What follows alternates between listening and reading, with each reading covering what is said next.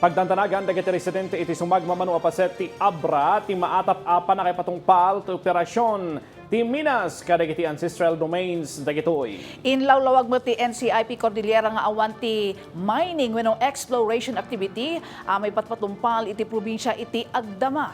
Daduma a detalye kinalap ni Jezreel Kate Lapisar.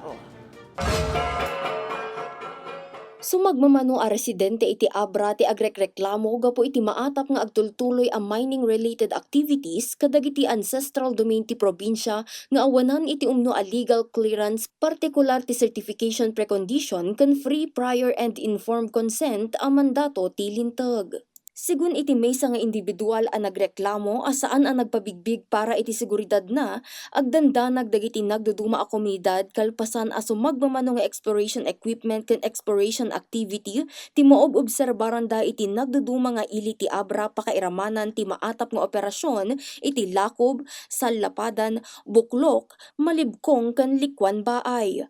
Kinunana nga awanan iti kumpirmasyon a nasurot ti legal requirements kadagitoy nga aktibidad anang pakaro iti buteng ken panagriro dagiti komunidad nang runa kadagiti na insigudan nga umili. Manipod pay idi mangrugi daytoy nga issue, agtultuloy ti aksyon nga ipatpatungpal dagiti umili ken dagiti mangsupsuporta kadakwada babaen iti lawful, non-violent ken documentation-based actions. Pakairamanan ti panagurnong iti written statements ken community reports ana isumiter iti masaknan nga ahensya ti gobyerno. Panang paberipika kadagiti permit ken compliance, nakikaykaysa kadagiti opisyales nga agim imbestiga ken daduma pay.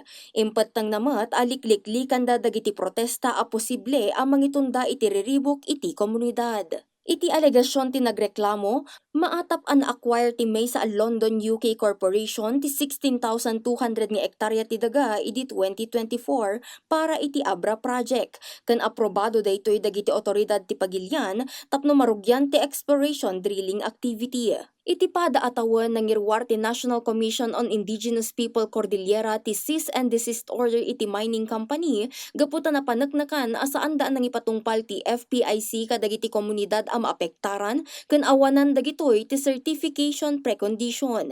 Inlawlawag met ti NCIP Cordillera a kinasarita dati kumpanya maipapan kadagiti exploration equipments nga adda kadagiti nagduduma a paset ti probinsya. Actually, andun yung mga ng mga exploration equipments kasi di ba mayroon yung mga gamit nila doon pero hindi naman sila gumagala. Di problema kat kunadakat pa ikatun na di problema agam-abang namat ijayan iti private property. Kinunanamat ang maipatungpalpay ti FPIC kadagiti apektado a komunidad. Walang nung going exploration yun. We have made that very clear and pati yung kumpanya di committed na hindi sila magkakandak dyan. Actually, yung gamit lang, yung sinasabi nilang andon doon, but they are renting a property kung saan nakalagay yung mga gamit nila.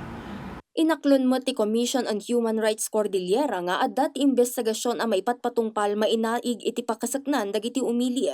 Nupay saan anang ipaay iti kanayunan nga impormasyon ti opisina. Jezreel Kate Lapizar para iti Pambansang TV, iti Baro, Pilipinas.